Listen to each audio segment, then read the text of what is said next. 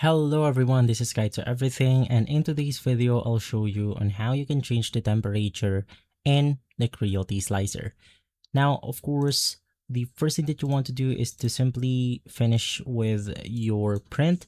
In my case, let's say that I'm going to print this specific model. Now, of course, this is only an example. And from here, you want to navigate through your filaments, which is going to be at the corner of your screen.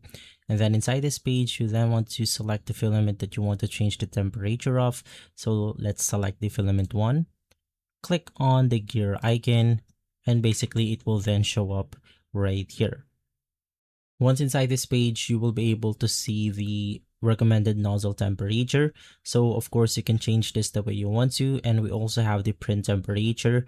Now for the nozzle, the first layer is going to be 220. Let's say in my case, the best quality is going to be the 190 degrees Celsius. So I'm going to put it right here. And for the other layers, I'm going to put the same thing, which is going to be 190. You can also choose or change the recommended nozzle temperature, and from there just click on the save button and you should be good to go. If this video has been helpful, leave a like, subscribe, and follow Guide to Everything for more videos like this.